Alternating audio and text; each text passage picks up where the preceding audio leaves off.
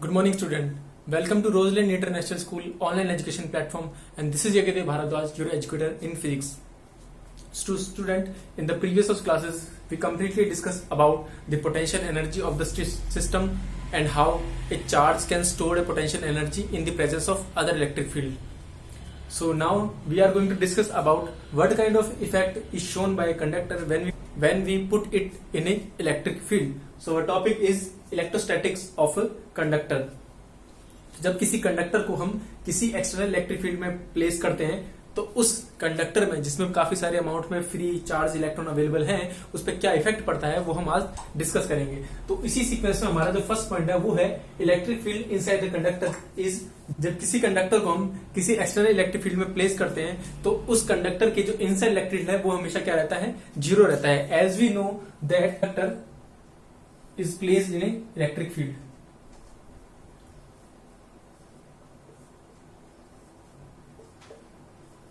Since we know that in a conductor there is a large amount of free electron and the free electron density is approximate 10 raised to power 23.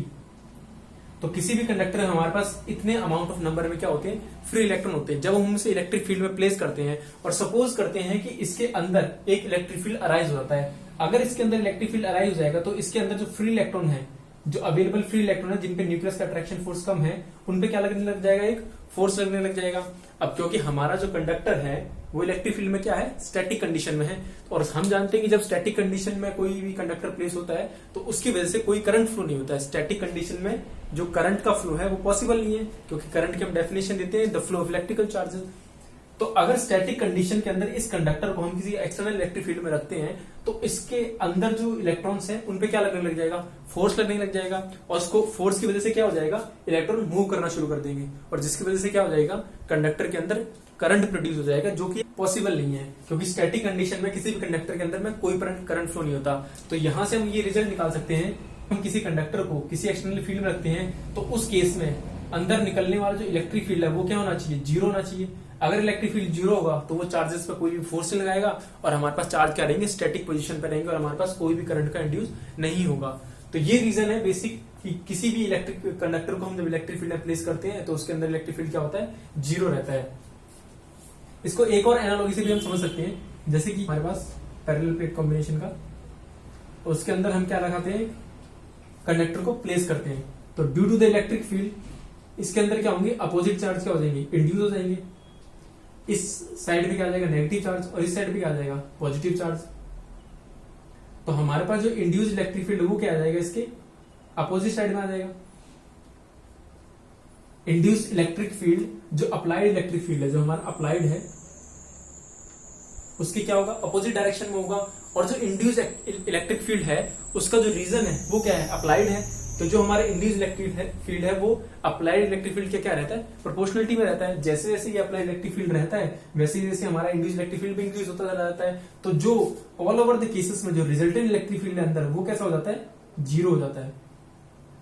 तो इस तरह हम कोई भी दो reason है, इनमें से कोई भी एक रीजन एक्सप्लेन कर सकते हैं कि क्यों किसी भी कंडक्टर के अंदर इलेक्ट्रिक फील्ड जीरो होता है जब उसे हम किस में रखते हैं, एक एक्सटर्नल इलेक्ट्रिक फील्ड में रखते हैं। इसी सीक्वेंस में जो हमारा सेकंड पॉइंट है वो है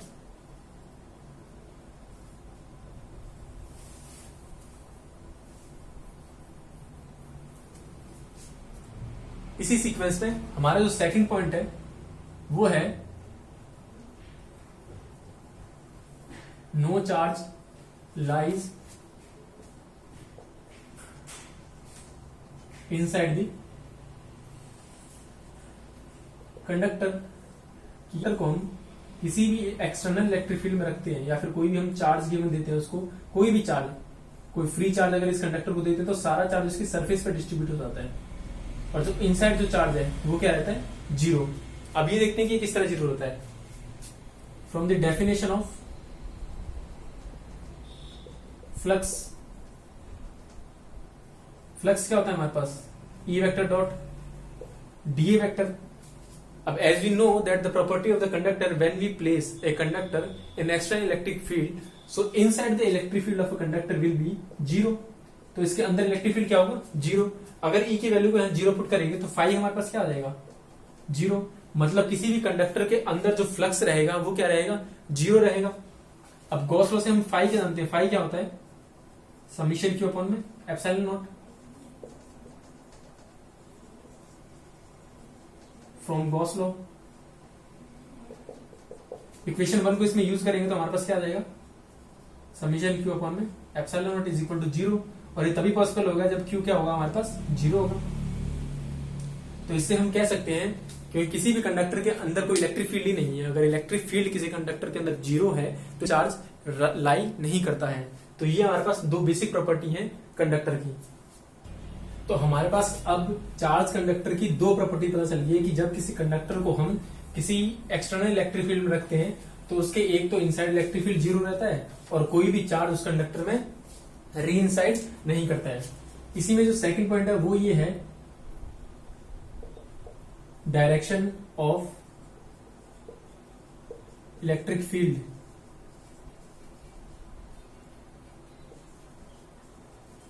always normal to surface of conductor.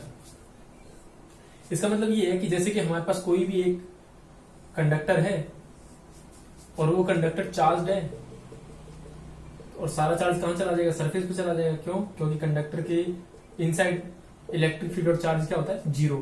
तो इसकी वजह से जो इलेक्ट्रिक फील्ड की डायरेक्शन है वो हमेशा से सरफेस की क्या होगी, नॉर्मल ही होगी। हमारे पास जो डायरेक्शन है वो क्या होगी, सरफेस के परपेंडिकुलर आउटवर्ड की तरफ। अच्छा, अब कंसीडर करते हैं अगर मान लो कि जो इलेक्ट्रिक फील्ड की डायरेक्शन है अगर सरफेस के अलाउंग हो, अगर इलेक्ट्रिक फील्ड की डायरेक्शन उसकी सरफेस के अलाउंग होगी तो सरफेस पे हमारे पास क्या है, चार्ज है। और अगर डायरेक्शन इलेक्ट्रिक फील्ड की सरफेस के अलाउंग हुई तो चार्ज पे क्या लगेगा, एक फोर्स लगेगा। और फोर्स लगने से चार्ज क्या हो जाएगा, मोशन में आना शुरू हो जाएगा। और जैसे ही चार्ज मोशन करना शुरू करेंगे तो क्या फ्लो करेंगे, इलेक्ट्रिक करंट, जो कि स्टैटिक कंडक्टर के केस में पॉसिबल नहीं है। ये कंडक्टर कैसे हमारा एक स्टैटिक कंडक्टर है,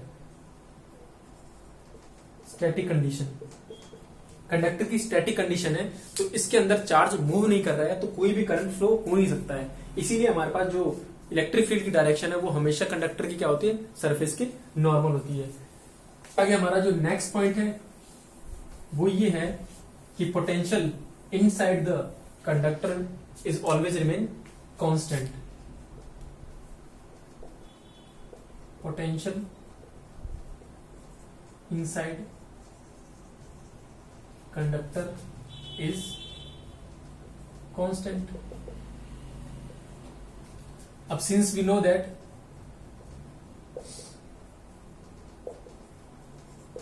कि जो इनसाइड इलेक्ट्रिक फील्ड है किसी भी कंडक्टर के वो क्या होता है, 0 होता है। कंडक्टर के इनसाइड इलेक्ट्रिक फील्ड 0 होता है। और जो हमारे पास रिलेशन है इलेक्ट्रिक फील्ड और पोटेंशियल के बीच में वो क्या होता है, माइनस डेल वी अपॉन में डेल आर। ये किसके बराबर है, 0 के। अब यहां से हम रिलेशन निकाल सकते हैं, del V upon del R is equal to 0। अब किसी भी फंक्शन का अगर उस फंक्शन का 0 होता है तो हमारे पास वो फंक्शन क्या होता है, कांस्टेंट। तो v क्या हो जाएगा, कांस्टेंट। तो हम ये कह सकते हैं कि कोई भी एक कंडक्टर है उसको जब हम एक्सटर्नल इलेक्ट्रिक फील्ड के अंदर प्लेस करके रखते हैं कांस्टेंट, तो किसी भी इलेक्ट्रिक फील्ड के अंदर हमारा जो कंडक्टर है उसके इनसाइड इलेक्ट्रिक पोटेंशियल क्या रहता है, कांस्टेंट रहता है। तो ये 4 बेसिक पॉइंट्स हैं। इसके बाद एक और इंपॉर्टेंट फिनोमिना है जिसे हम बोलते हैं इलेक्ट्रोस्टैटिक शील्डिंग। अब कंडक्टर का ही एक्सटर्नल इलेक्ट्रिक फील्ड में एक स्पेशल फिनोमिना है जिसे हम बोलते हैं इलेक्ट्रोस्टैटिक शील्डिंग।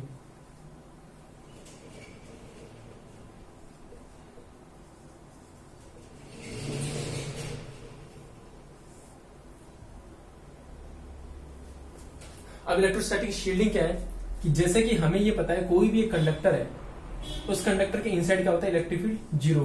तो कोई सॉलिड कंडक्टर है, अगर उसके अंदर हम एक कैविटी क्रिएट कर दे, कैविटी का मतलब ये है कि एक ब्लैंक स्पेस बना दे। जैसे कि मान लो एक सॉलिड कंडक्टर है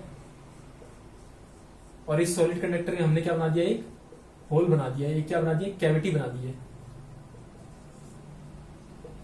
कैविटी का मतलब क्या है कि इसमें एक ब्लैंक स्पेस है। ये क्या हमारे पास एक सॉलिड कंडक्टर है।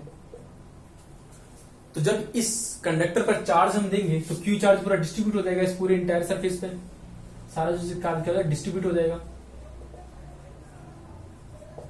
जब ये सारा चार्ज डिस्ट्रीब्यूट हो जाएगा तो ये जो कैविटी है इसके अंदर इलेक्ट्रिक फील्ड क्या हो जाएगा, जीरो हो जाएगा। क्यों? क्योंकि हम जानते हैं किसी भी कंडक्टर के इनसाइड इलेक्ट्रिक फील्ड क्या होता है, जीरो। तो इससे क्या कहते हैं कि किसी भी एक्सटर्नल चार्ज की वजह से उस कैविटी के अंदर नो इलेक्ट्रिक फील्ड, और इसे हम बोलते हैं इलेक्ट्रोस्टैटिक शील्डिंग। शील्ड कर दिया इलेक्ट्रिक फील्ड को। इसका यूज वहां करते हैं जैसे कि कई फिजिक्स के बड़े बड़े एक्सपेरिमेंट हैं, उसके अंदर कोई इलेक्ट्रिक फील्ड के रिगार्डिंग सेंसिटिव चार्ज मटेरियल है, प्रोटॉन है, इलेक्ट्रॉन है, इनको जब हमें प्रिजर्व करके किसी मोशन में यूज करना होता है तो हम उसे क्या कर देते हैं, शील्डिंग कर देते हैं। शील्डिंग करने से क्या होता है, जैसे सनलाइट है, हमारे पास सनलाइट में इलेक्ट्रिक फील्ड कंपोनेंट है, तो उसकी वजह से वो चार्ज क्या होता है, इफेक्ट नहीं करता। क्यों? क्योंकि जैसे ही चार्ज आता है उस पर इनसाइड इलेक्ट्रिक फील्ड क्या रहता है, जीरो। तो चार्ज अंदर पहुंच नहीं पाता, सिर्फ सरफेस पे रह जाता है। तो वो हमारा जो मटेरियल है या फिर जो भी इलेक्ट्रोस्टैटिक रहता है, प्रिजर्व रहता है।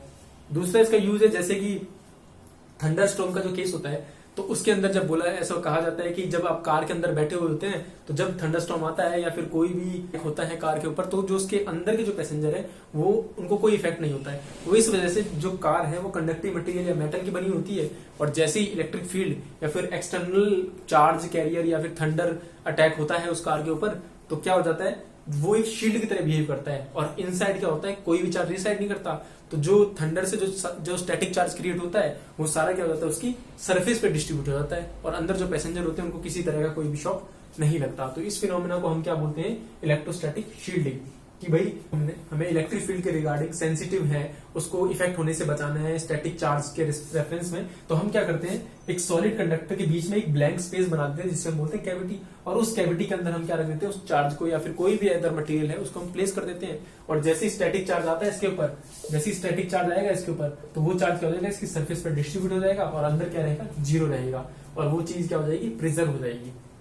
हमारे पास इलेक्ट्रोस्टैटिक्स ऑफ कंडक्टर, कोई भी कंडक्टिव मटेरियल है जब हम उसे किसी भी एक्सटर्नल इलेक्ट्रिक फील्ड में रखते हैं तो ये फिनोमेना है जो कोई भी कंडक्टर रिप्रेजेंट करता है। जैसे कि कंडक्टर के इनसाइड इलेक्ट्रिक फील्ड जीरो होता है, कंडक्टर के अंदर कोई चार्ज लाई नहीं करता है, और कंडक्टर को जब हम चार्ज देते हैं जो इलेक्ट्रिक फील्ड की डायरेक्शन है वो हमेशा सरफेस की क्या रहती है, नॉर्मल रहती है, और इलेक्ट्रिक पोटेंशियल है वो किसी भी कंडक्टर के अंदर क्या रहता है, कांस्टेंट रहता है। और एक और फिनोमेना जिसे हम बोलते हैं इलेक्ट्रोस्टैटिक शील्डिंग, मतलब किसी भी एक्सटर्नल इलेक्ट्रिक फील्ड की वजह से कंडक्टर अपनी कैविटी में कोई भी चार्ज को जाने नहीं देता है और किसी भी इलेक्ट्रिक फील्ड को एंटर नहीं होने देता है। तो इससे वो जो कैविटी वाला रीजन है वो इलेक्ट्रिक फील्ड के रिगार्डिंग क्या होता है, शील्डेड हो जाता है। ठीक है, next topic which is dielectric and polarisation. So dielectric basically are the insulator material, or we can say the non-conducting material which does not allow the flow of electrical charges, but they can exert the electric static force through it। मतलब dielectric हमारे पास वो material है जो charge के flow को तो allow नहीं करेंगे, पर उस चार्ज के थ्रू जो इलेक्ट्रिक स्टैटिक फोर्स है उसको एक मीडियम प्रोवाइड करेंगे कि वो फोर्स उस डाइलेक्ट्रिक के थ्रू एक प्लेट से दूसरी प्लेट पे क्या हो सकता है, ट्रांसफर हो सकता है। तो ये हमारे पास क्या होते हैं, डाइलेक्ट्रिक मटेरियल होते हैं। और डाइलेक्ट्रिक मटेरियल को इजीली पोलराइज्ड किया जा सकता है। पोलराइजेशन का मतलब ये है कि जैसे कोई मटेरियल है उसके अंदर हमारे पास पॉजिटिव और नेगेटिव चार्ज इक्वल अमाउंट में रहते हैं, जैसे हम उसे इलेक्ट्रिक फील्ड में रखेंगे तो उस इलेक्ट्रिक फील्ड की वजह से क्या होगा, पॉजिटिव और नेगेटिव चार्ज क्या हो जाएंगे, सेपरेट हो जाएंगे एक सर्टेन अमाउंट ऑफ डिस्टेंस से, और उसकी वजह से उसके अंदर क्या हो जाएगा, पोलराइजेशन हो जाएगा। इसे हम क्या बोलते हैं, polarisation of dielectric. So as we written on the board, the dielectric or non-conductive material which does not allow the flow of charges but exert electric force through it, electric force को allow करेंगे कि वो उस dielectric medium से पास होता हुआ एक position से दूसरे पोजीशन पे क्या रखे, अपना एप्लीकेशन रखे। और अदर देन कि हम उसे इजीली पोलराइज कर सकते हैं, जैसे कि कोई भी एक मटेरियल है हमारे पास डाइलेक्ट्रिक नॉन कंडक्टिव मटेरियल, इसके एग्जांपल है जैसे ग्लास है, वाटर है, प्लास्टिक है और वैक्स है। ये सब क्या है, हमारे पास डाइलेक्ट्रिक की क्या है, एग्जांपल है। तो किसी भी एक इलेक्ट्रिक फील्ड है, एक्सटर्नल इलेक्ट्रिक फील्ड में जब इसे प्लेस करेंगे तो क्या हो जाएगा, पोलराइज हो जाएगा। जैसे कि ये सरफेस यहाँ पॉजिटिव, ये नेगेटिव सरफेस की तरह बिहेव करने लग जाएगी, और ये सेक्शन पॉजिटिव सरफेस की तरह बिहेव करने लग जाएगा। तो इसके अंदर क्या हो जाएगा, चार्ज का इंड्यूशन हो जाएगा। तो हमारा जो चार्ज है वो एक पॉइंट से दूसरे पॉइंट पे क्या कर पाएगा, फोर्स को एक्सर्ट कर पाएगा। इन मटेरियल को हम क्या बोलते हैं, डाइलेक्ट्रिक मटेरियल्स बोलते हैं। अब बिहेवियर देखते हैं कि कंपैरेटिव स्टडी क्या है। कंपैरिजन ऑफ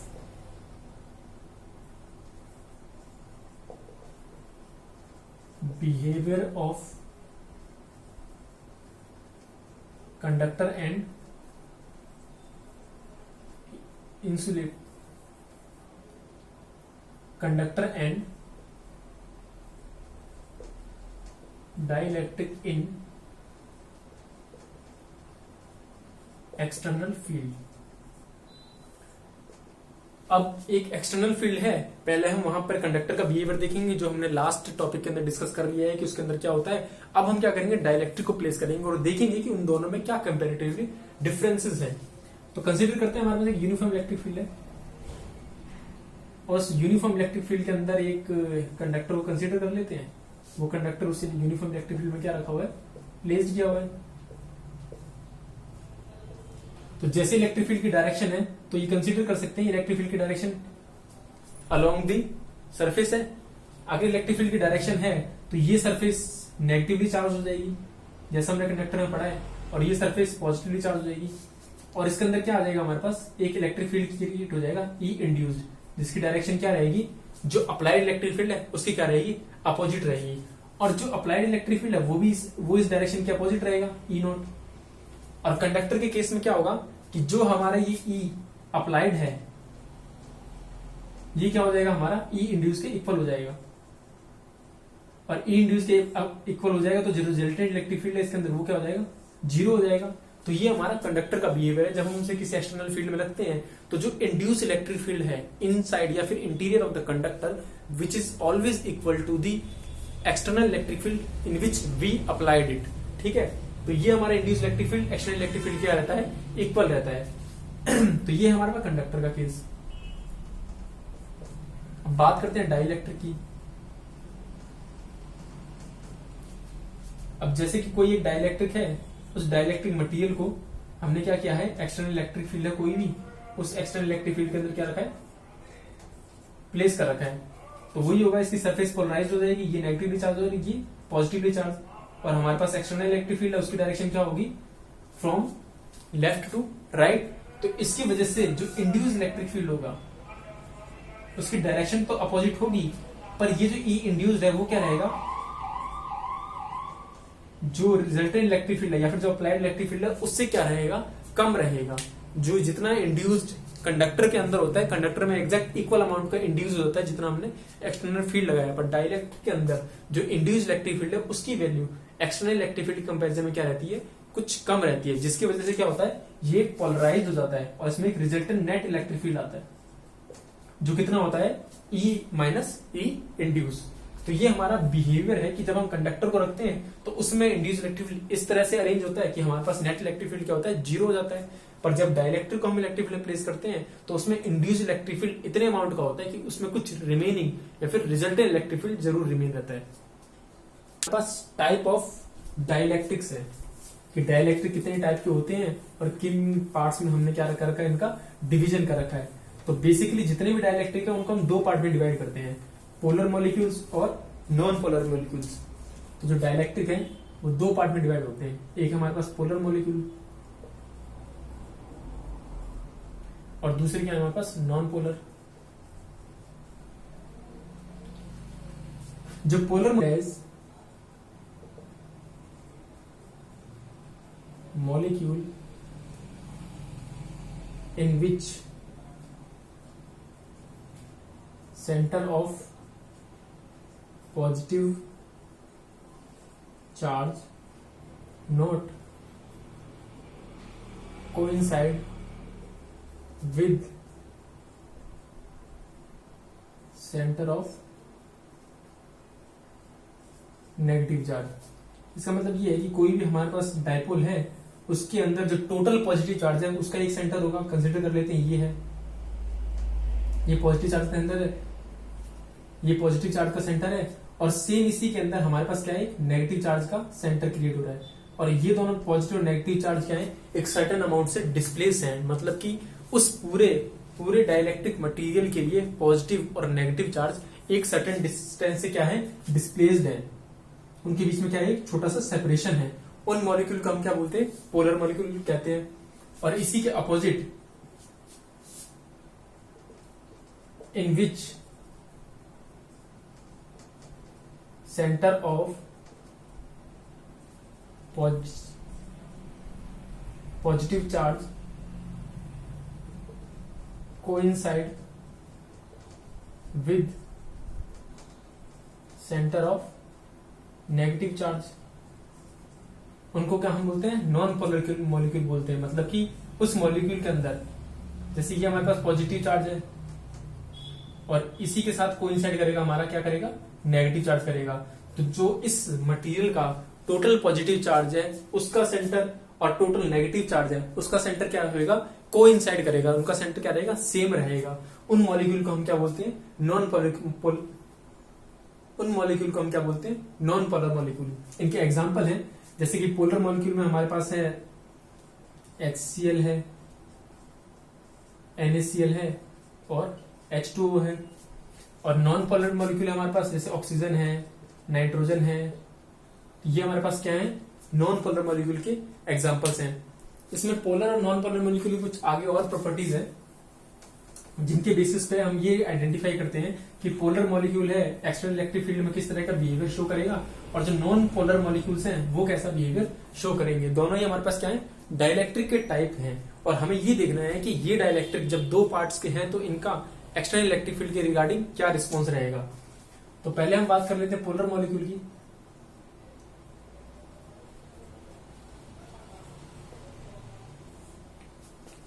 तो पोलर मॉलिक्यूल में जैसा कि हमने बताया है कि इसमें जो सेंटर ऑफ पॉजिटिव चार्ज है और सेंटर ऑफ नेगेटिव चार्ज क्या रहते हैं, सर्टेन अमाउंट से डिस्प्लेस रहते हैं। इसीलिए कोई भी जब एक्सटर्नल फील्ड नहीं अप्लाई करेंगे तो एब्सेंस ऑफ इलेक्ट्रिक फील्ड में भी उसमें क्या रहेगा, एक डाइपोल का क्रिएशन हो जाएगा। जैसे कि हमारे पास ये देखिए, जब पॉजिटिव और नेगेटिव चार्ज थोड़े अमाउंट से सेपरेट रहेंगे तो हमें पता है कि सेम अमाउंट के जब पॉजिटिव और नेगेटिव चार्ज सेपरेट रहते हैं तो क्या बनाते हैं, एक डाइपोल बना लेते हैं। उनका एक नेट डाइपोल मूवमेंट होता है। तो हम ये कह सकते हैं कि जो पोलर मॉलिक्यूल है उनका क्या होता है, परमानेंट डाइपोल मूवमेंट होता है,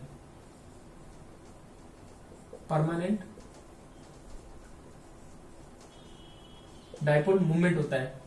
अब इसके अंदर जो मॉलिक्यूल है वो क्या हो जाएंगे, पोलराइज स्टेट में रहेंगे, क्योंकि इसमें क्या रहता है, पॉजिटिव और नेगेटिव के सेंटर क्या रहते हैं, सेपरेटेड डिस्टेंस से रहते हैं।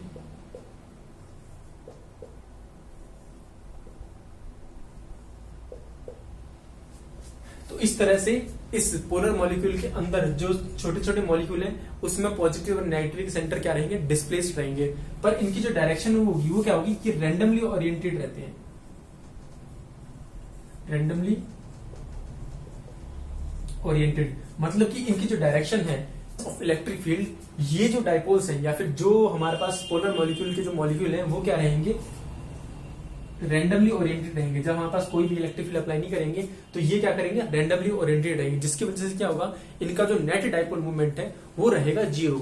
तो पोलर मॉलिक्यूल हमारे पास वो है जिनमें पॉजिटिव नेगेटिव के सेंटर डिफरेंट रहते हैं और उनके हर एक मॉलिक्यूल के पास एक इंडिविजुअली डाइपोल मूवमेंट होता है, पर वो रैंडमली ओरिएंटेड रहता है, उनकी कोई पर्टिकुलर डायरेक्शन नहीं है, क्योंकि हमारे पास कोई नेट इलेक्ट्रिक फील्ड नहीं है। इलेक्ट्रिक फील्ड नहीं है तो ये सभी मॉलिक्यूल क्या रहेंगे, एक रैंडमली डायरेक्शन में ओरिएंटेड रहेंगे। और इन सब की वजह से ये इस तरह का अलाइनमेंट रहते हैं कि इनके अंदर जो नेट इलेक्ट है, जो पी नेट है डाइपोल मोमेंट, वो क्या रहता है, 0 रहता है, absence of electric field.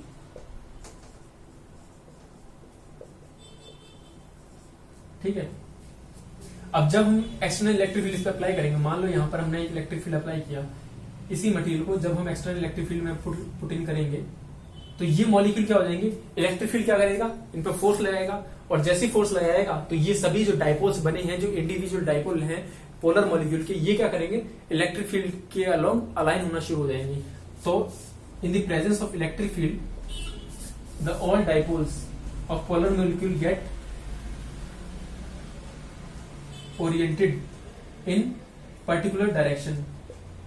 Electric field के अलोंग क्या हो जाएंगे, ये ओरिएंटेड हो जाएंगे। अलोंग द इलेक्ट्रिक फील्ड का क्या हो जाएगा, इलोंगेशन हो जाएगा।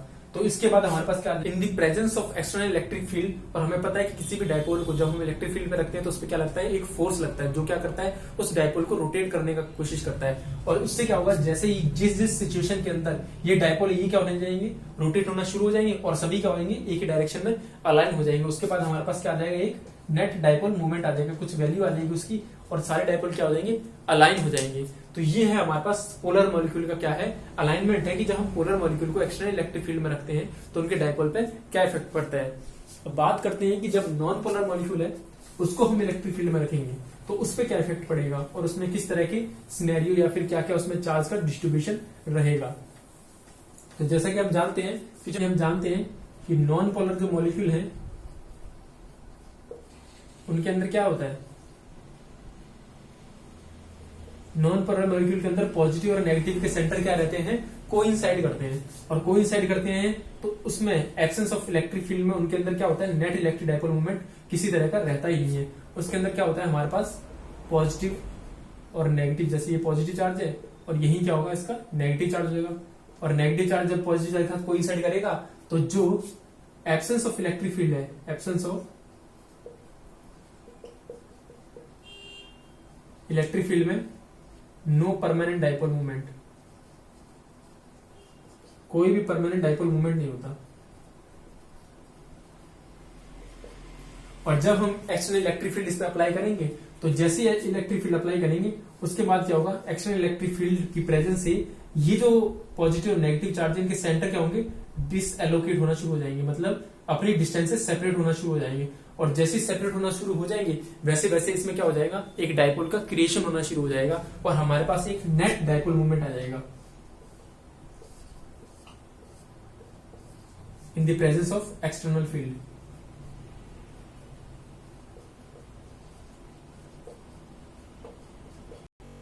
हम उसमें उसे किसी इलेक्ट्रिक फील्ड के अंदर प्लेस करते हैं तो उसके अंदर क्या होता है कि जो पॉजिटिव और नेगेटिव चार्ज के सेंटर जो पहले कोइंसाइड कर रहे थे वो थोड़े थोड़े डिस्टेंस से क्या होने लग जाते हैं, सेपरेट होने शुरू हो जाते हैं और हमारे पास एक रिजल्टेंट डाइपोल का क्रिएशन होने लग जाता है। और उस डाइपोल की वजह से क्या आता है, उस नॉन पोलर मॉलिक्यूल में क्या आता है, एक डाइपोल मूवमेंट क्रिएट हो जाता है। तो ये था हमारे पास डाइलेक्ट्रिक के बारे में, और डाइलेक्ट्रिक कितने टाइप्स के होते हैं, और जब उस डाइलेक्ट्रिक को हम किसी इलेक्ट्रिक फील्ड में रखते हैं तो हमारे पास क्या आता है, चेंज होता है। और जैसा कि हमने देखा कि इसमें जो नेट चार्जेस हैं या फिर नेट जो इलेक्ट्रिक फील्ड है वो तो जीरो है, पर इसमें इलेक्ट्रोस्टैटिक फोर्स एक सरफेस से दूसरे सरफेस पे क्या है, ट्रांसफर्ड है। तो यही हमारे पास क्या होते हैं, डाइलेक्ट्रिक होते हैं, जिसमें कोई भी चार्ज का फ्लो नहीं होता पर वो डाइपोल के थ्रू क्या करते हैं, अपने फोर्स को क्या करते हैं, ट्रांसमिट करते हैं। So that's all from the today's class. In the next class, we discuss about dielectric and the electric capacitance.